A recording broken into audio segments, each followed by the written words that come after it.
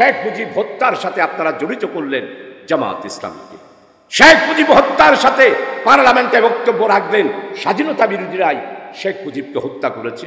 আওয়ামী লীগের বন্ধুরা বুকে হাত দিয়ে বলুন, শেখ মুজিবকে কি স্বাধীনতা বিরোধীরা হত্যা করেছে, না আওয়ামী লীগের আপনাদের নেতা কর্মীরা শেখ মুজিবকে হত্যা করেছে? সেই ফয়সালা বক্তব্য আপনাদেরকে আগামী দিনে অবশ্যই জাতির কাছে দিতে হবে। স্পষ্ট করে বলতে চাই, দেশপ্রেমিক কোন মানুষ মরহুম শেখ মুজিবকে হত্যা করে নাই। শেখ মুজিবকে হত্যা করেছে তাদেরই আওয়ামী লীগের বাকশালের নেতা যারা ছিল, তারাই শেখ মুজিবকে হত্যা করেছে। পাকিস্তান কারাগারে আপনি 9 মাস ছিলেন, আপনাকে জামাই আদরে রাখা হয়েছে। কই পাকিস্তান আর্মিরা তো শেখ মুজিবকে হত্যা করে নাই। ও আমার আওয়ামী লীগের বন্ধুরা, একটু কি বিবেচনা করবেন না, চিন্তা করবেন না? আপনাদেরকে হত্যা করেছে 15 আগস্ট বাংলাদেশের সেনাবাহিনী যারা ছিল, তারাই হত্যা করেছে। পাকিস্তানের কোনো আর্মিরা শেখ মুজিবকে হত্যা করে নাই। সুন্নি ভাইয়েরা বলেন যে জামাত নারায়ে তাকবীরের স্লোগান দেয়, নারায়ে রিসালাতের স্লোগান দেয় না। ওরে বেকুব, 1970 সালেই আমরা স্লোগান দিয়েছিলাম নারায়ে তাকবীর আল্লাহু আকবার, আমার নেতা তোমার নেতা বিশ্ব নবী মুস্তাফা, আমরাই স্লোগান দিয়েছি। আপনারা আজকে এসেই নারায়ে রিসালাতের কথা বলছেন। আপনারা বলছেন জামাত ইসলামীর মওদুদির মতবাদ। নো, আমরা মওদুদি মতবাদে বিশ্বাস করি না। বাংলাদেশ জামাত ইসলামী আহলে সুন্নাতুল জামাতের যে আকীদা এবং বিশ্বাস, সেই অনুসারেই আমরা আমাদের বাংলাদেশে কাজ করে যাচ্ছি। এরপরও যারা বিরোধিতা করেন, যারা আমাদেরকে ওয়াহাবি বলেন, তাদের কাছে অনুরোধ করব, আমাদের আমিরি জামাত ডক্টর শফিক সাহেব বক্তব্য রেখে স্পষ্ট বলে দিয়েছেন, বাংলাদেশে উলামায়ে কেরামদের মধ্যে দেওবন্দ, সরকারি বেসরকারি, পীরি মুরিদি, এগুলোর ব্যাপারে যে বিশাল অনৈক্যের দেওয়াল দেওয়া হয়েছে, বিশ্ব নেতা, বাংলাদেশের নেতা নয়, এশিয়া উপমহাদেশের নেতা নয়, এশিয়ার সীমানা পার হয়ে বিশ্ব নন্দিত নেতা হয়েছেন জামাত ইসলামীর আমিরি জামাত ডক্টর শফিক সাহেব। উনি কি বললেন যে এই দেওয়াল ভেঙে দিয়ে সুন্নি ওয়াহাবি, সরকারি বেসরকারি সবাই মিলে বাংলাদেশে আমরা আগামী দিনে একটি বিশাল গণবিপ্লব করব, গণ অভ্যুত্থান করব। এই গণ অভ্যুত্থানের মাধ্যমেই ন্যায়, ইনসাফ, বৈষম্যহীন ওয়েলফেয়ার একটি ইসলামিক স্টেট আমরা কায়েম করব। দুবাই থেকে যিনি এসেছেন, আমার সাংবাদিক সম্মেলনের পরেই বন্দরের চেয়ারম্যান বললেন, আপনার সাংবাদিক সম্মেলনের কারণে দুবাই থেকে সালমান এফ রহমানের দালাল যিনি এসেছিলেন, উনি আজকে লাস্ট ফ্রাইডে ঢাকায় অবতরণ করেছেন, ওইখান থেকে দুবাই চলে যাবে। উনি যদি শেখের বেটি হতো তাহলে তো পালাতো না। উনি হিন্দুস্তানের নরেন্দ্র মোদীর বেটি হওয়ার কারণে আজকে ইন্ডিয়াতে পালিয়ে বেরিয়েছেন। প্রিয় ভাই, কই আল্লামা সাইদি তো পালাই নাই, মৌলানা মতিউর রহমান নিজামী তো পালাই নাই, আলী হাসান মোহাম্মদ মুজাহিদ তো পালাই নাই, প্রফেসর গোলাম আজম তো পালাই নাই, মীর কাসেম আলী তো পালাই নাই, কামরুজ্জামান তো পালাই নাই। ছোট্ট দেশের মধ্যে আমাদের এই রক্তভেজা অত্যাচার, নির্যাতন, নিপীড়ন এবং হত্যার এই বিশাল পিরামিডের উপরে গড়ে উঠেছে এশিয়ার বৃহত্তম সংগঠন বাংলাদেশ জামাত ইসলামী। প্রিয় ভাই সব,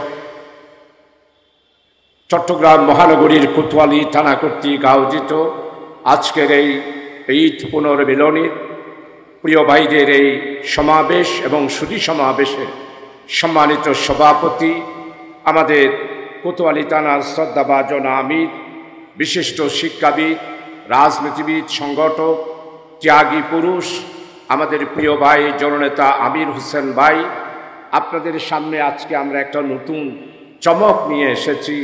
আপনাদের কোতোয়ালি এই 9 আসনে চট্টলার কৃতি সন্তান, চট্টলার চিকিৎসা জগতের একটি স্টার নক্ষত্র, প্রাইভেট চিকিৎসার ক্ষেত্রে যিনি জনগণকে আশার আলো দেখিয়েছেন, বিশিষ্ট সমাজ সেবক, বিশিষ্ট চিকিৎসক, আমাদের আগামী 9 নির্বাচনী এলাকায় জামাত ইসলামীর মনোনীত প্রার্থী, বিশিষ্ট রাজনীতিবিদ, আমাদের প্রিয় ভাই জনাব ডক্টর AKM ফজলুর রহমান ভাই, সম্মানিত মঞ্চে উপস্থিত আমাদের সম্মানিত জামাত নেতৃবৃন্দ, সেক্রেটারি ভাই জনাব মুস্তাক, আমির হুসাইন ভাই, তারপরে জুবাইর ভাই, তারপরে আমার সম্মানিত বিশিষ্ট ভাই জনাব মুক্তিযোদ্ধা মোহাম্মদ আলী ভাই সহ মঞ্চে উপস্থিত অনেকেই আছেন যাদের নাম নেওয়া দরকার, বিশেষ করে জামাল ভাই, সরোয়ার কামাল ভাই সহ এহতেশাম ভাই এবং সম্মানিত সাংবাদিক বন্ধুরা, এই এলাকার গণ্যমান্য ব্যক্তিরা, বিশিষ্ট ব্যক্তিরা, আজকের এই ঈদ পুনর্মিলনী অনুষ্ঠানে জামাত ইসলামের জিন্দা দিল, আমার প্রিয় তৌহিদি, আমার মুরব্বীরা, ছাত্র যুবক বন্ধুরা, সর্বস্তরের সুধী সমাজ, আমি আল্লাহ তাআলার দরবারে শুকরিয়া আদায় করছি। আজকে ঈদ চলে গেছে পয়লা শাওয়াল। পয়লা শাওয়ালে ঈদের পর আজকে প্রায় আমরা 19 তারিখে এসেছি। যাক, কোতোয়ালি টানা 19 দিন পরে হলো ঈদ পুনর্মিলনী অনুষ্ঠান করছেন, আপনারা এসেছেন, এই জন্য আল্লাহর দরবারে শুকরিয়া আদায় করছি। আলহামদুলিল্লাহ। আমি দেরিতে হলো আপনাদের এই এলাকারই চট্টগ্রামেরই একজন নগণ্য হাক সার নালায়েক, আপনাদের একজন সেবক হিসাবে আজকে যে আসতে পেরেছি, এই জন্য আল্লাহর দরবারে ঈদের সেই দোয়াটা করছি, তাকাব্বাল আল্লাহু মিন্না ওয়া মিনকুম, ঈদ মুবারক, ঈদ মুবারক। সম্মানিত ভাইয়েরা, বাংলাদেশ জামাত ইসলামী আজকে আপনাদেরকে আহ্বান করেছে, আপনারা সবাই এসে হাজির হয়েছেন। এই জামাত ইসলামীটা কি? জামাত ইসলামের ইতিহাস কি? জামাত ইসলামীর বিরুদ্ধে এত ষড়যন্ত্র কেন হলো? জামাত ইসলামীকে উৎখাত করার জন্য সবাই কেন উঠে পড়ে লাগলো? সেই বিষয়টা আপনারা যারা সুধী সমাজ, গণ্যমান্য ব্যক্তি, সাংবাদিক বন্ধুরা, আপনাদেরকে সেই বিষয়টা আজকে অনুধাবন করতে হবে। প্রিয় ভাই সব, এই বাংলাদেশ জামাত ইসলামী কি শুধুমাত্র বাংলাদেশের মানুষের জন্য একটি অর্গানাইজেশন? নো। বালাকোটের প্রান্তরে আমাদের শহীদ একটি ইসলামী রাষ্ট্র হয়েছিল, আপনারা সবাই জানেন। সৈয়দ আহমদ শাহ, উনি বালাকোট প্রান্তরে শাহাদাত বরণ করেছেন। শহীদ শাহ ইসমাইল শাহাদাত বরণ করেছেন। হাজার হাজার আলেম শাহাদাত বরণ করেছেন। চুনতি হাকিমিয়া আলিয়া মাদ্রাসার সম্মানিত হাকিম, উনি গাজী হিসাবে চুনতিতে এসে হাকিমিয়া আলিয়া মাদ্রাসা প্রতিষ্ঠিত করেছেন। আমাদের বানিয়ে জামাত সৈয়দ আবুল আলা মওদুদী রহমতুল্লাহ আলাই বালাকোটের ইসলামী রাষ্ট্রের পতনের পর প্রায় 100 বছর আমাদের ভারত উপমহাদেশে ইসলামের নামে কোনো আন্দোলন, ইসলামের নামে কোনো সংগঠন, ইসলামী জীবন ব্যবস্থা বলে, কমপ্লিট কোড অফ লাইফ বলে কোনো একটি ব্যবস্থা আছে, সেটা ভারতবাসী ভুলে গিয়েছিল। ভারতবাসী ইসলাম মানে চিনত নামাজ, রোজা, হজ, জাকাত আর কুসংস্কারে ভরা 100 বছর আমাদের এই উপমহাদেশে ইসলামের নামে চালিয়ে দেওয়া হয়েছে। আমি আজকে সেদিকে যাব না। 100 বছর পর 1941 সালে মাত্র 75 জন লোক নিয়ে পুরা ভারত উপমহাদেশে জনসংখ্যা ছিল 33 কোটি। সেখানে আমরা মুসলমান, আবার অন্যদিকে আমার হিন্দু ধর্মাবলম্বীর ভাইয়েরা ছিলেন, বৌদ্ধরা ছিলেন। ও আমার হিন্দু ধর্মের ভাইয়েরা, বুদ্ধ ধর্মাবলম্বীর ভাইয়েরা, আপনারা জামাত ইসলামীকে মুসলমানের সংগঠন মনে করবেন না। এই সংগঠন মানবতাবাদী সংগঠন। এই সংগঠন নির্যাতিত, নিপীড়িত, অসহায়, নিরন্ন মানুষের মুক্তির ঠিকানা। আমাদের বাংলাদেশ জামাত ইসলামী 75 জন লোক নিয়ে শুরু করলো, আজকে 83 বছর অতিবাহিত হলো। ওই 75 জন 83 সালে আমরা যেটা ঘোষণা করেছিলাম, এখনো ঠিক একই কথা। আমাদের কথার থেকে আমরা এক বিন্দু পরিমাণ, এক বালু পরিমাণ আমরা এখনো পর্যন্ত শুনি নাই। আমাদের কথা একটি, আমাদের দল নবীওয়ালা দল, আমাদের দল আম্বিয়া আলাইহিস সালামের দল। আমাদের সংগঠন নবী মুহাম্মদ রাসূলুল্লাহ সাল্লাল্লাহু আলাইহি ওয়াসাল্লাম 1400 বছর আগে মদিনায়ে মুনাওয়ারাতে আল্লাহর পক্ষ থেকে মানবতার মুক্তির জন্য যেই মুসলিম উম্মাহ গঠন করেছিলেন, সেই মুসলিম উম্মার সংগঠন হচ্ছে বাংলাদেশ জামাত ইসলামী। আমরা সেই দিনও বলেছি, মানব রচিত আইন দিয়ে, কার্ল মার্কস, লেনিন, মাও সেতুং এদের রচিত মতবাদ দিয়ে মানুষের সমস্যার কোনোদিনই সমাধান হতে পারে না। অনেক গালি দেওয়া হয়েছে। যেমন মাওলানা মওদুদী রহমতুল্লাহ আলাই, উনি যখন 41 সালে জামাত প্রতিষ্ঠা করলেন, 43 সালে ওনাকে কাফের ফতোয়া দিয়েছিলেন। যিনি কাফের ফতোয়া দিয়েছিলেন আমি ওনার নাম ধরবো না। আজকে একটু চিন্তা করে দেখবেন, ও মাওলানা আপনি কাফের ফতোয়া দিয়েছিলেন, আজকে আমাদের সৈয়দ আবুল আলা মওদুদী কোথায় আর আপনি কোথায়? আজকে সারা বিশ্বে সৈয়দ আবুল আলা মওদুদী সারা ওয়ার্ল্ডের মধ্যে একটি স্লোগান ইতিহাসকে দিচ্ছে না মাওলানা মওদুদীর চিন্তাধারা। প্রিয় ভাই সব, মাওলানা মওদুদী রহমতুল্লাহ আলাইহি যেই জামাত প্রতিষ্ঠিত করেছে এটা হচ্ছে একটা হক জামাত, সত্য নিষ্ঠ একটি জামাত। এই জন্য আমাদের জামাতটা হলো একটি সহি সালে জামাত, হলো বাংলাদেশ জামাত ইসলামী। কাফের ফতোয়া যারা দিয়েছিলেন তারা আজকে বাংলাদেশের মধ্যে স্বীকার করতে বাধ্য হচ্ছে মাওলানা মওদুদী রহমতুল্লাহ আলাইহি না হলে বাংলাদেশ, পাকিস্তান, নেপাল, শ্রীলঙ্কা, ইউরোপীয় ইউনিয়ন, রাশিয়া, চায়না এবং বিশ্বের সমস্ত গণতান্ত্রিক দেশগুলোতে আধুনিক মডার্ন সমস্ত স্টেটের মধ্যে জামাত ইসলামীর ভাইয়েরাই দাওয়াতি কাজের মাধ্যমে ইউরোপে সংগঠন গড়ে তুলেছে, আমেরিকায় সংগঠন গড়ে তুলেছে, চায়নায় সংগঠন গড়ে তুলেছে, জাপানে মসজিদ নির্মাণ করেছে, জার্মানে মসজিদ নির্মাণ করেছে। অন্যান্য দেশগুলোর মধ্যে জামাত ইসলামীর দাওয়াতি কাজ, জামাত ইসলামীর সংগঠন এবং প্রশিক্ষণ আর জামাত ইসলামী সবচেয়ে বেশি সমাজ সেবা এবং সংস্কারের কাজের মাধ্যমে সারা ওয়ার্ল্ডে আজকে জাগরণ সৃষ্টি করেছে। প্রিয় ভাই সব, আজকে এই 15 দিনে আপনারা যারা এসেছেন আপনারা চিন্তা করে দেখেন, যদি জামাত ইসলামী আমরা যদি কাজ না করতাম, ইসলামিক কল্যাণ ওয়েলফেয়ার একটা স্টেট, এই বক্তব্য কি আপনারা শুনতে পারতেন? না, শুনতে পারতেন না। আপনারা কোরআনে মজিদ যে একটা জীবন ব্যবস্থা, এইটাও আপনারা বুঝতে পারছেন না। আজকে আমাদের সবারই দাওয়াত, ওলামা ইকরামদের ওয়াজ মাহফিল, বুজুর্গানে দ্বীনদের তরিকতের কাজ, জাকিরিনদের কাজ আর জামাত ইসলামের কাজ ধারাবাহিকভাবে আজকে একই মোহনায় গিয়ে আমরা মিলিত হয়েছি। আজকে পীরের দরবার থেকে স্লোগান আসছে, যদি দেশকে যদি সত্যিকার অর্থে নির্যাতন নিপীড়ন অন্যায় অনাচার এবং এই দেশের মেহনতি মানুষের মুক্তির জন্য যদি কোনো জীবন ব্যবস্থা থাকে তাহলে একমাত্র ইসলামী জীবন ব্যবস্থা, ওয়েলফেয়ার একটি স্টেট। প্রিয় ভাই সব, ঠিক তেমনিভাবে যারাই ওয়াজ মাহফিল করেন তারাও ঠিক সেইভাবে। আর শুধু জামাত ইসলামের বিরুদ্ধে একটা বক্তব্য দেন, আমরা নাকি সুন্নি নই, আমরা নাকি মওদুদীর দল। চ্যালেঞ্জ করে বলছি, আমরা মওদুদীর দল নয়। আমি নিজে যতগুলা আউলিয়া ইকরামের জীবনী পড়েছি, এইখানে অনেক মাদ্রাসার ছাত্র আছেন, এতগুলা আউলিয়া ইকরামের জীবনী চট্টগ্রামে আর কেউ পড়ে নাই। প্রিয় ভাই সব, তাই আপনারা যারা আমাদেরকে বলেন যে আমরা মওদুদীর চিন্তাধারায় কাজ করছি, নো, মওদুদী অনলি ফর একজন লেখক।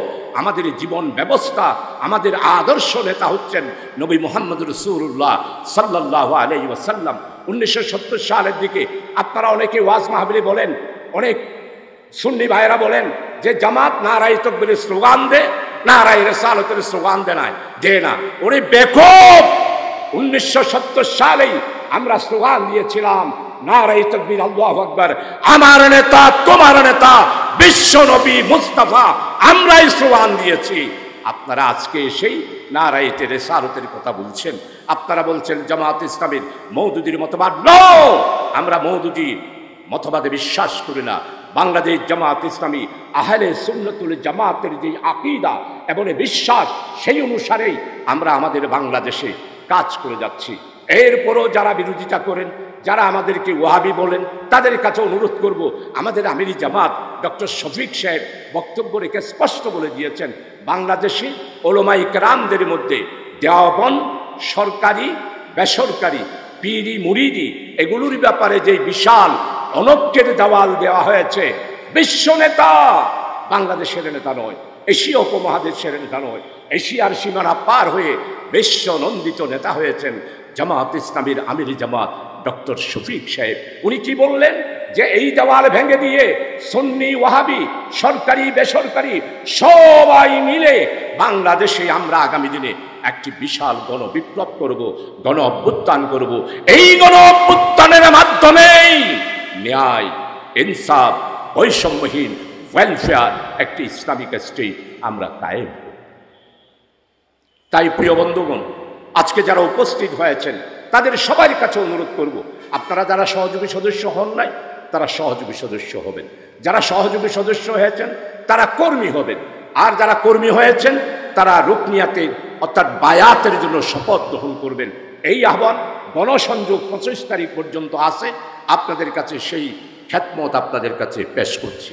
আজকে যারা এখানে অমুসলিম ভাইয়েরা এসেছেন, আপনাদের ধর্মের নিয়ম অনুসারে আমি আপনাদের সবার কাছে ধর্মীয় রীতি অনুসারে আমি আপনাদেরকে সম্মান জানাচ্ছি। ধর্মের নিয়ম অনুসারে আপনাদের নিয়ম যেটা আছে সেটা অনুসারে আপনাদেরকে প্রীতি শুভেচ্ছা জানাচ্ছি।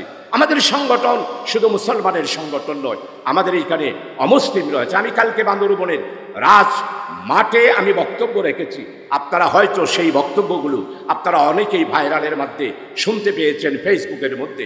তাই আপনারা যারা অমুসলিম এসেছেন, আমার হিন্দু ভাইরা এসেছেন, বৌদ্ধরা এসেছেন, আমি আসার সময় দেখলাম আমার সেই অর্পণাচরণ স্কুলের ওইখানে মাইকের আওয়াজও যাচ্ছে। ও আবার হিন্দু ভাইরা, আমাদেরকে জানার চেষ্টা করুন, আমরা হিন্দু বিরোধী নই, আমরা সাম্প্রদায়িক কোনো দল নই, আমরা একে মাত্র মানবতার মুক্তির জন্য, নির্যাতিত নিপীড়িত অসহায় ভুভুক্ষ মানুষের জন্য একটি আদর্শ কায়েম করতে চাই, যেই আদর্শ মানবতাকে মুক্তি দিয়েছিল আজ থেকে 1400 বছর আগে মদিনায় মরুয়ারাতে।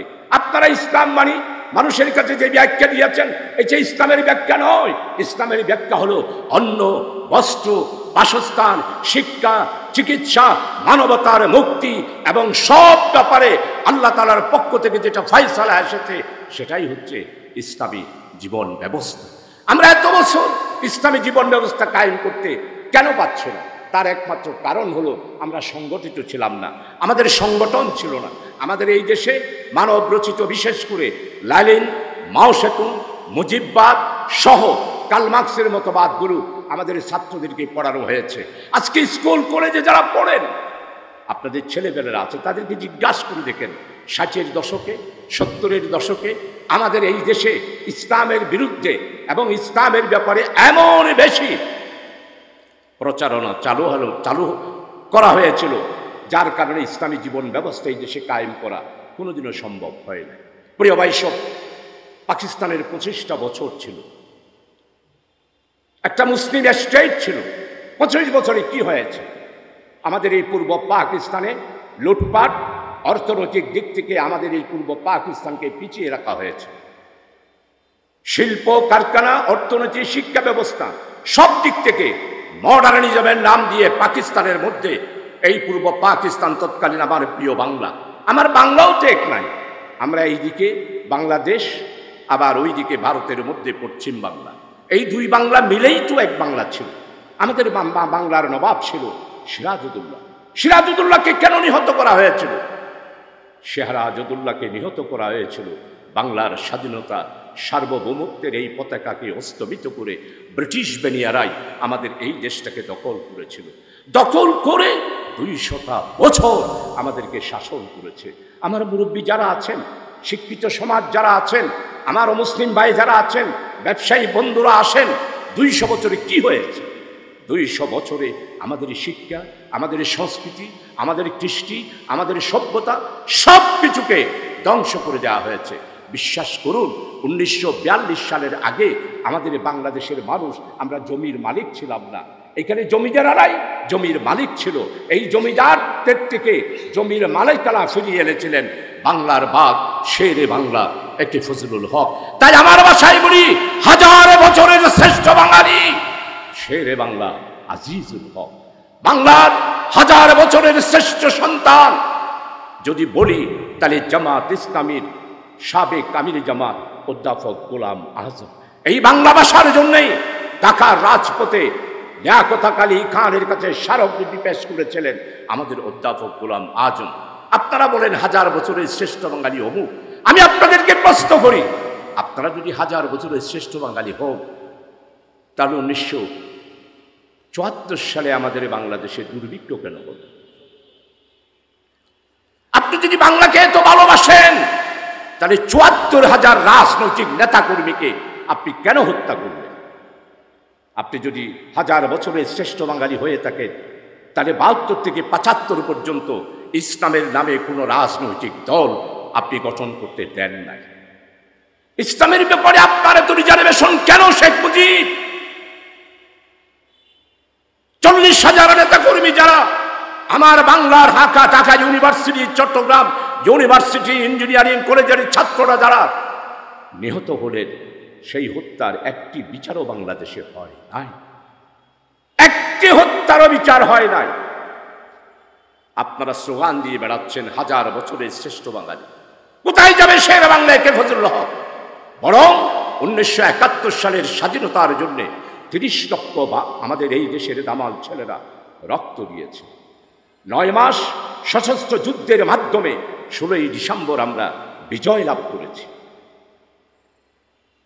স্বাধীনতার স্বাদ আমরা পাই নাই। আওয়ামী লীগের বন্ধুরা, আপনারা স্বাধীনতার স্বাদ বাংলার মানুষকে দিতে পারেন নাই, ব্যর্থ হয়েছে। যতবার ক্ষমতায় এসেছেন, 74-এর দুর্ভিক্ষ হয়েছে, এই দেশের 40,000 নেতা কর্মীকে আপনারা হত্যা করেছেন। 96-তে ক্ষমতায় এসেছিলেন, আপনি বাপের বিচার চাইলেন। কই 40,000 নেতা কর্মী যারা মরল, তাদের বিচার তো আপনি চান নাই শেখ হাসিনা। আপনার বাপের রক্ত যেমন জাতির রক্ত, আমার 40,000 নেতা কর্মী Dhaka university engineering college, medical কলেজের ছাত্রটাও তো আমাদের দেশের সম্পদ ছিল। কিন্তু 96-তে ক্ষমতায় আসলেন, 40,000 নেতা কর্মীদের বিচার আপনি করলেন না, আপনি করলেন আপনার পিতার হত্যার বিচার। আমরা অবশ্যই মরহুম শেখ মুজিব এইভাবে করে 15ই আগস্টে হত্যাকাণ্ড হোক, আমরা এটাতে জামাত ইসলামীরা আমরা বিশ্বাস করি না। এবং এই রাজনীতিতে আমরা কোনোদিনও আমাদের এই রাজনীতিকে কোনোদিন সমর্থন করি না। তারপরও শেখ মুজিব হত্যার সাথে আপনারা জড়িত করলেন জামাত ইসলামীকে। শেখ মুজিব হত্যার সাথে পার্লামেন্টে বক্তব্য রাখলেন, স্বাধীনতা বিরোধীরাই শেখ মুজিবকে হত্যা করেছে। আওয়ামী লীগের বন্ধুরা বুকে হাত দিয়ে বলুন, শেখ মুজিবকে কি স্বাধীনতা বিরোধীরা হত্যা করেছে, না আওয়ামী লীগের আপনাদের নেতা কর্মীরা শেখ মুজিবকে হত্যা করেছে? সেই ফয়সালা বক্তব্য আপনাদেরকে আগামী দিনে অবশ্যই জাতির কাছে দিতে হবে। স্পষ্ট করে বলতে চাই, দেশপ্রেমিক কোন মানুষ মরহুম শেখ মুজিবকে হত্যা করে নাই। শেখ মুজিবকে হত্যা করেছে তাদেরই আওয়ামী লীগের বাকশালের নেতা যারা ছিল, তারাই শেখ মুজিবকে হত্যা করেছে। পাকিস্তান কারাগারে আপনি 9 মাস ছিলেন, আপনাকে জামাই আদরে রাখা হয়েছে। কই পাকিস্তান আর্মিরা তো শেখ মুজিবকে হত্যা করে নাই। ও আমার আওয়ামী লীগের বন্ধুরা, একটু কি বিবেচনা করবেন না, চিন্তা করবেন না? আপনাদেরকে হত্যা করেছে 15ই আগস্ট বাংলাদেশের সেনাবাহিনী যারা ছিল, তারাই হত্যা করেছে। পাকিস্তানের কোনো আর্মিরা শেখ মুজিবকে হত্যা করে নাই। তাই আজকে জামাত ইসলামীর এই পুনর্মিলনী অনুষ্ঠানে আমি আপনাদের খেদমতে আরো করতে চাই, তার স্বাধীনতার প্রাপ্তি এবং প্রত্যাশা আমাদের সেই দিনের 7.5 কোটি বাংলার মানুষ আমরা কোনোদিনও পূরণ করতে পারি নাই। 2024 সালের 36শে জুলাই স্বৈরাচার এবং আমাদের বৈষম্য বিরোধী ছাত্ররা একটি গণ অভ্যুত্থানের মাধ্যমে আমরা একটি নতুন বাংলাদেশের স্বপ্ন দেখতে পাচ্ছি। 53 বছর নতুন বাংলাদেশের স্বপ্ন আপনারা ধূলিসাৎ করে দিয়েছেন। ভাত, কাপড়, বাসস্থান, শিক্ষা, চিকিৎসা, মৌলিক অধিকার সবকিছু থেকে বাংলার মানুষকে আপনারা অবহেলিত করেছেন। বাংলার মানুষকে কোনো সুবিধা আপনারা দিতে পারেন না। যদি আপনারা সুবিধা দেন, আওয়ামী লীগের বন্ধুরা আপনাদেরকে প্রশ্ন করে যায়, আজকে মিউনিসিপ্যালিটি হাই স্কুলের এই মাঠে এখানে অনেক রাজনৈতিক সভা হয়েছে, উত্তর দেন আপনারা এসে, আপনারা উত্তর দেন। আপনারা কোনো সমস্যার সমাধান করতে পারেন নাই। যদি পারতেন তাহলে কোনো শেখ হাসিনা 286 বিলিয়ন ডলার আপনি এবং আপনার বোন শেখ রেহানা বিদেশে পাচার করে দিলেন। 286 বিলিয়ন ডলার। আর আমার ডক্টর ইউনূস মাত্র 7 মাসে চায়নার সাথে চুক্তি করে 283 ট্রিলিয়ন ডলার বাংলাদেশের বিনিয়োগের জন্য চায়নার সাথে চুক্তি করেছেন। আপনি কি পেরেছেন 18 বছরে কোনো টাকা আনতে পেরেছেন? না। এই বাংলাদেশের 53 বছরের পর মিউনিসিপ্যালিটি হাই স্কুলের বিজ্ঞজনদেরকে জানাই যেতে চাই, যতগুলা বিদেশ থেকে লোন নিয়েছে শেখ হাসিনা, অন্যান্য রাজনৈতিক দল 4 দলীয় জোট সহ আজকে স্পষ্ট ভাষায় বলে দিতে চাই, আমার ডক্টর ইউনূস এই প্রথম 7 মাসের মধ্যেই প্রায় 2400 কোটি ডলার বিদেশি ঋণের সুদ, বিদেশি ঋণের টাকা উনি শোধ করেছেন। শেখ হাসিনা আপনিও পারেন নাই, অন্য যারা আছেন তারাও পারেন নাই। তাই বলতে চাই যে আজকে বাংলাদেশে আমরা যে নতুন স্বপ্ন দেখছি, এই স্বপ্নের ধারক এবং বাহক হচ্ছে এই 36শে জুলাই আমার সেই দামাল ছেলেরা যারা 1586 জন রক্ত দিয়েছে, 30,000 আহত হয়েছে, 124 জন কিশোর হেলিকপ্টারের চার্জ লাইটের মাধ্যমে গুলি করে 124 জন আমার দেশের শিশু কিশোরকে হত্যা করা হয়েছে। আপনারা বলেন এই দেশকে কিভাবে একটি আধুনিক স্টেট বলা যায়? না, এটাকে আধুনিক স্টেট বলতে পারবেন না। এটা হলো আইয়ামে জাহেলিয়াতের লুটপাটের দুর্নীতির একটি আড্ডা হলো আমার প্রিয় জন্মভূমি বাংলাদেশ। চ্যালেঞ্জ করেন, উত্তর দেন। পারবেন না উত্তর দিতে? কেমনে পারবেন? আপনারা কলকাতায় চলে গেছেন কেন? এখন অফিস নিয়েছেন, কাওয়া কাদের সহ সেখানে অফিস করে দলে দলে এখান থেকে যাচ্ছেন। আপনারা তো দেশকে ভালোবাসেন না। আপনারা ইন্ডিয়ার প্রেসক্রিপশনে বাংলাদেশে আপনারা বাস্তবায়ন করতে চান। আপনারা ইন্ডিয়ার এই প্রেসক্রিপশনে বাংলাদেশে বাংলাদেশ জামাত ইসলামী এবং ছাত্র শিবির থাকতে আমরা কোনোদিনও বাস্তবায়িত হতে দেব না। আরো বলতেছেন আমি আবার আসব, অপেক্ষা করেন আমি আসব। আপনি আসতে পারবেন না, এটা ইতিহাস। যারা এই দেশ থেকে পলায়ন করে তারা আবার দেশে ফিরতে পারে না। এটাই হলো পৃথিবীর রাজনীতি, সিয়াসতের ইতিহাস। আপনি পার্লামেন্টে কি বক্তব্য রেখেছিলেন? 24 ঘন্টা জামাত স্বাধীনতা বিরোধী, শিবির রক্ষাটা। এই বক্তব্য দেয় নাই পার্লামেন্টের মধ্যে? 24 সালের 21শে জুন বাজেট বক্তৃতার সময় শেখ হাসিনা বক্তব্য রাখলেন, আমি শেখের বেটি, আমি পালাবো না, আমি পালাতে জানি না। আজকে আওয়ামী লীগের বন্ধুরা আপনাদেরকে প্রশ্ন করি, উনি যদি শেখের বেটি হতো তাহলে তো পালাতো না। উনি হিন্দুস্তানের নরেন্দ্র মোদীর বেটি হওয়ার কারণেই আজকে ইন্ডিয়াতে পালিয়ে বেরিয়েছেন। প্রিয় ভাইসব, কই আল্লামা সাইদি তো পালাই নাই, মৌলানা মতিউর রহমান নিজামী তো পালাই নাই, আলী হাসান মোহাম্মদ মুজাহিদ তো পালাই নাই, প্রফেসর গোলাম আজম তো পালাই নাই, মীর কাসেম আলী তো পালাই নাই, কামরুজ্জামান তো পালাই নাই। কিন্তু আপনারা দলে দলে কাওয়া কাদের কি বক্তব্য, অহংকারী, জাগা দিবেন?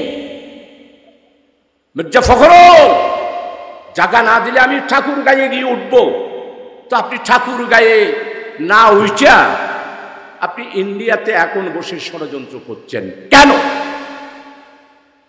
আপনার বক্তৃতাগুলো কোথায় গেল? আপনারা দেশের দুশ্মন, স্বাধীনতার দুশ্মন, সার্বভৌমত্বের দুশ্মন, ইসলামের দুশ্মন, কোরআনের দুশ্মন, আলেম ওলামাদের দুশ্মন, এই দেশের দেশপ্রেমিক সমস্ত রাজনৈতিকদের দুশ্মন হলেন আওয়ামী লীগ আর শেখ হাসিনা।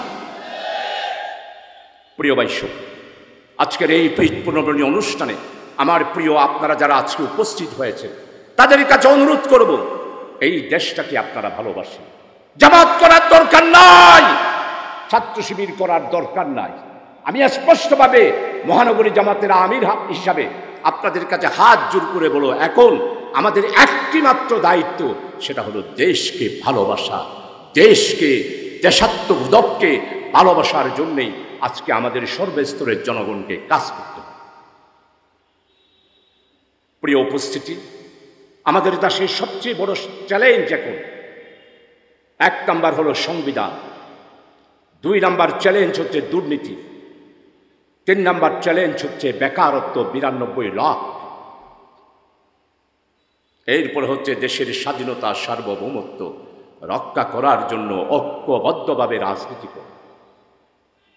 আমরা আর ভেদাভেদ চাই না, আর বিশৃঙ্খলা চাই না, আর দল করা চাই না। আমরা একটা কথাই বিশ্বাস করি, আমার দামাল ছেলেরা 1583 যারা রক্ত দিয়েছে, তারা যেই নতুন বাংলাদেশের স্বপ্ন দেখছে, সেই নতুন বাংলাদেশ গড়ার জন্য আমরা সবাই ঐক্যবদ্ধ হবে। এখন কোনো রাজনীতি নয়, এখন কোনো দল নয়, আমরা একটা নতুন বাংলাদেশ আজকে স্বপ্ন দেখছি। প্রিয় ভাই, শেখ হাসিনা বলে আমার কি অপরাধ, আমি কি দোষ করেছি? আপনারা ফেসবুকে অনেকেই দেখেছেন। শেখ হাসিনা, আপনি আপনার দোষ দেখেন না। আপনার এক নাম্বার দোষ হলো জাতিকে আপনি বিভক্ত করেছেন। স্বাধীনতার পক্ষের শক্তি আর বিপক্ষের শক্তি, এটা বলেই জাতিকে বিভক্ত করেছেন। আর আমার ডক্টর ইউনূস জাতিকে ঐক্যবদ্ধ করেছে, জাতিসংঘে বক্তব্য রেখেছে। যারা বিজ্ঞজন আছেন, যারা রাজনীতি করেন, পড়ে দেখেন, আমি গাড়িতে লাইন বা লাইন পড়ি, অনেক নেতার বক্তব্য শুনেছি। ডক্টর ইউনূস জাতিসংঘে যা বক্তব্য রেখেছে, 54 বছরের ইতিহাসে এই রকম বক্তব্য আর কেউ রাখতে পারে নাই। এরপরে জাতির উদ্দেশ্য উনি ভাষণ দিলেন। এরপরে সামিট অফ ইনভেস্টমেন্ট, 82 দেশের বিনিয়োগকারীদের সামনে বক্তব্য রাখলেন। সর্বশেষ চাইনাতে উনি গিয়ে বক্তব্য রাখলেন। এই বক্তব্য তো কোনো রাজনৈতিক দলের নেতারা রাখতে পারেন নাই। তাই আজকে আমাদের আমিরে জামাত doctor Shafiq Mia Mohammad Golam Parwar secretary general স্পষ্ট করে বলছে যে আমরা সংস্কারের জন্য যত বেশি সময় প্রয়োজন আমরা সময় দেব। এরপরে হত্যার বিচার বাংলাদেশে করব, 40,000 নেতা কর্মী। আর আপনি শেখ হাসিনা বলছেন আপনার অপরাধ কি? আমি তো কিছুই অপরাধ করি নাই। বিডিআরের হত্যাকাণ্ড ঘটিয়েছেন শেখ হাসিনা এবং আওয়ামী লীগ। তাই আজকে আমাদের জামাতের বক্তব্য, আওয়ামী লীগের নেতা, শিকি নেতা, স্বেচ্ছাসেবক লীগ, পাতি নেতা, ফাড়াইয়া নেতা যত আছে, 40,000 নেতা কর্মী থেকে শুরু করে আমার শিশু কিশোর 124 জনের যে হত্যা হয়েছে, শেখ হাসিনা আপনি সেই অপরাধ করেছেন, হত্যার আদেশ দিয়েছেন। আপনি খুনি, আপনি খুন করেছেন। এরপরে বলে আমি কি অপরাধ করেছি? আপনি 1557 জন দামাল ছেলে রাজপথে আপনি আমার আবু সাইয়েদকে, মুক্তাকে, ফয়সালকে, ওয়াসিম আকরামকে গুলি করে হত্যা করেছেন। এই নিয়ে আমার সাক্ষী আছে। আমরা প্রতিশোধ নেব না, প্রতিশোধ নিতে চাই না। আপনারা যারা গুলি চালিয়েছেন সবার পিকচার আমাদের জামাতের হাতে আছে ইনশাআল্লাহ। আপনারা মনে করছেন পার পেয়ে যাবেন না, শুধু অপেক্ষা করতেছি। আপনাদের নেত্রী বলতেছে কি অপরাধ করেছে, আমরা দেখাই দিচ্ছি কি অপরাধ শেখ হাসিনা করেছে। এরপরে আপনি কি অপরাধ করেছেন? বাংলাদেশকে অর্থনৈতিক দিক থেকে ভারতের কররাজ্যে পরিণত করার জন্য অর্থনীতিকে ধ্বংস করে দিয়েছেন। একজন প্রধানমন্ত্রী চিন্তা করতে পারেন? $282 বিলিয়ন বিদেশে পাচার করে দিয়েছেন। দুবাইতে অফিস করেছেন, ওইখান থেকে বসে বসে চট্টগ্রাম বন্দরের ষড়যন্ত্র করছেন। আমি আজকে সাংবাদিক সম্মেলন করেছি, এনসিটি টার্মিনাল বিদেশের হাতে দেওয়া যাবে না। দুবাই থেকে যিনি এসেছেন, আমার সাংবাদিক সম্মেলনের পরেই বন্দরের চেয়ারম্যান বললেন আপনার সাংবাদিক সম্মেলনের কারণে দুবাই থেকে সালমান এফ রহমানের দালাল যিনি এসেছিলেন উনি আজকে লাস্ট ফ্রাইডে ঢাকায় অবতরণ করেছেন, ওইখান থেকে দুবাই চলে যাবে। সালমান এফ রহমান, আপনার কতটুকু সাহস, আপনি কত বড় দরবেশ আমরা তো বুঝতে পেরেছি। এখন তো আপনি গ্রেপ্তার হয়েছে, গ্রেপ্তার হওয়ার আগে পালানোর জন্য আপনার দাড়িগুলো আপনি সাঁসি ফোয়ার মুড়ির ডোল করে ফেলেন।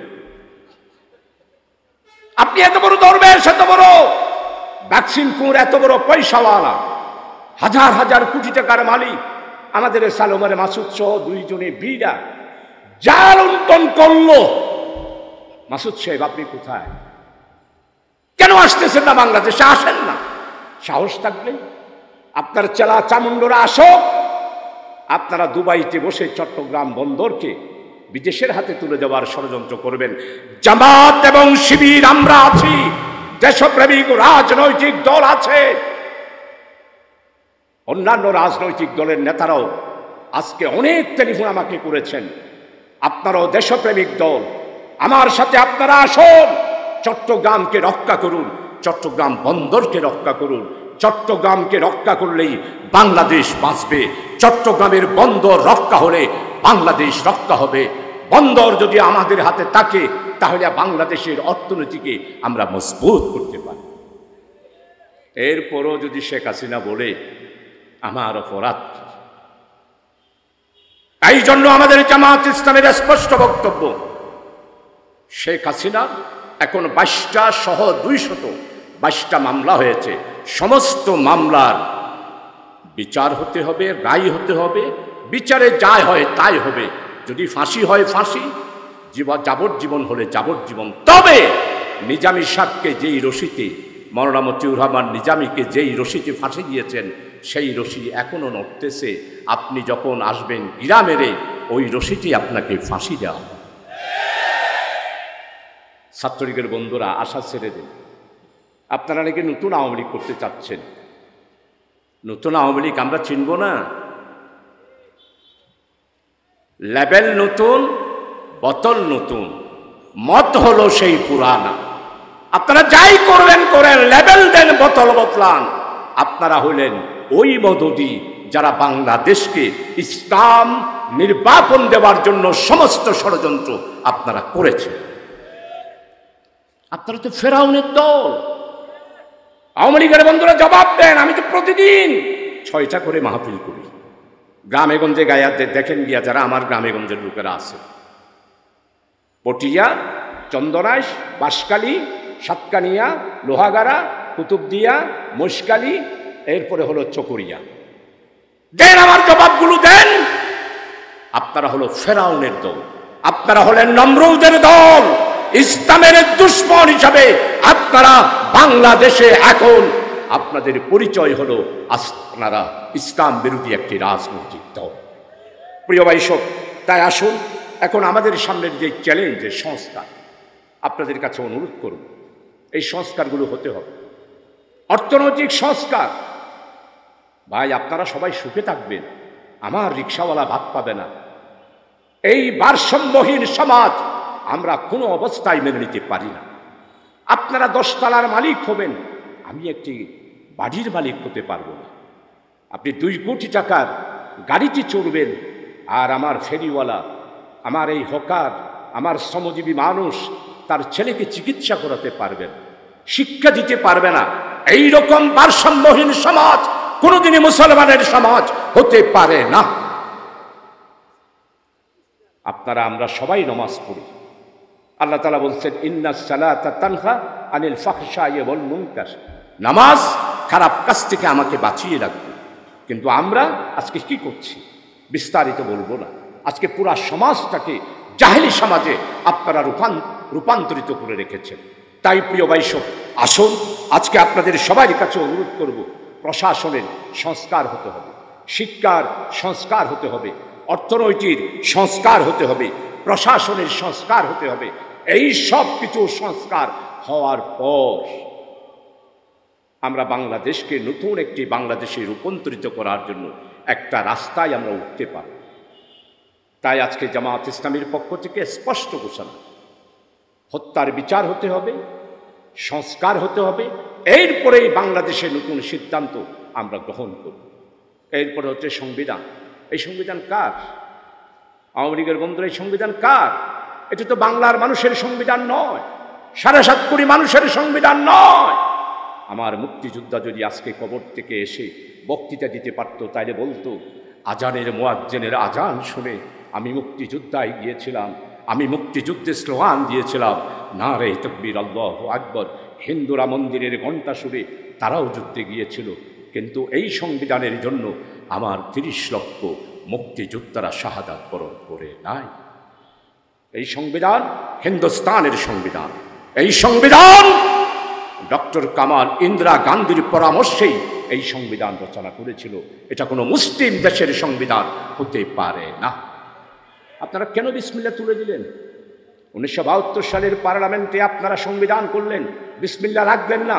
শহীদ রাষ্ট্রপতি জিয়াউর রহমান 1977 সালে সংবিধান রচনা করে সেখানে দিয়ে দিলেন বিসমিল্লাহির রহমানির রহিম, আল্লাহর উপরে পূর্ণ আস্থা এবং বিশ্বাস রেখেই এই সংবিধান রচিত হবে। আপনারা সংবিধানের মধ্যে দিলেন গণতন্ত্র, সমাজতন্ত্র, ধর্মনিরপেক্ষতাবাদ, জাতীয়তাবাদ। আমার মুক্তিযোদ্ধারা কি এই চেতনায় বিশ্বাস করেছিল? না। এই জন্যই তো এইবারে 36শে জুলাই আমার প্রিয় ভাইয়েরা স্লোগান দিচ্ছে নারায়ে তাকবীর, আল্লাহু আকবার। দিল্লি না ঢাকা, দিল্লি না ঢাকা, দিল্লি না ঢাকা, এটাই হচ্ছে আমাদের স্লোগান। আমরা আমাদের ঢাকাকে নিয়েই ইতিহাস রচনা করব।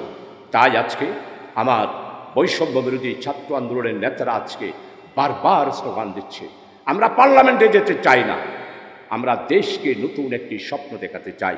তাই প্রিয় ভাইসব, আসুন আজকে ডক্টর ইউনূসের যে ইন্টারিয়াম গভর্নমেন্ট, এই গভর্নমেন্টের ব্যাপারে আমি আপনাদের খেদমতে আরজ করব। আমরা এখন ডক্টর ইউনূসের ইন্টারিয়াম গভর্নমেন্ট, আমাদের থেকে মতামত নেওয়া হয়েছে, আমরা এই সরকারের ব্যাপারে মতামত দিয়েছি। ঠিক তেমনিভাবে বিএনপিও দিয়েছে, অন্যান্য রাজনৈতিক দল যারা ছিল তারাও দিয়েছে। বৈষম্য বিরোধীতে আমার সার্জিস, হাসনাত আবদুল্লাহ, নাহিদ, মাহফুজ এরাও সমর্থন দিয়েছে। আপনারা চিন্তা করে দেখুন, গত রমজান মাসে কেন এতদিন আমরা পেঁয়াজ 95 টাকায় খেলাম, এইবারেতে কই 95 টাকায় পেঁয়াজ খেতে হয় নাই, মাত্র 25 টাকায় আমরা পেঁয়াজ খেয়েছি। চিনি মাসুদ ফলের মধ্যে জট ফটে গিয়ে আমার ফতোয়া, সেই যেইখানে গরু দিয়ে ফাতিয়া দিয়েছে, ওই ফাতিয়া যারা যারা খেয়েছেন তারা সবাই তওবা করে ফেলেন। তাদের টাকা তো সব আমাদের টাকা, ইসলামী ব্যাংকের 96,000 কোটি টাকা। তাই প্রিয় ভাই সব, আসুন দুর্নীতির বিরুদ্ধে আমাদের সবাইকে ঐক্যবদ্ধ হতে হবে। বাংলাদেশ জামাত ইসলামী কোনো সাম্প্রদায়িক দল নয়, শুধুমাত্র মুসলমানের দল নয়। এই দেশের মেহনতি, নির্যাতিত, নিপীড়িত, অসহায় মানুষের মুক্তির ঠিকানা হলো বাংলাদেশ জামাত ইসলামী। তাই আসুন বাংলাদেশ জামাত ইসলামীর পতাকা তলে সমবেত হয়ে বর্তমান ডক্টর ইউনূস সরকারের যেই কার্যক্রম, সেগুলোর ব্যাপারে জনমত গঠন করার জন্য আপনাদের সবাইকে আহ্বান জানিয়ে আমি আমার বক্তব্য এখানে শেষ করছি। আল্লাহ হাফেজ। বাংলাদেশ জিন্দাবাদ। ওয়া মা তৌফিক ইল্লা বিল্লাহ। আসসালামু আলাইকুম ওয়া রাহমাতুল্লাহ। IUB media.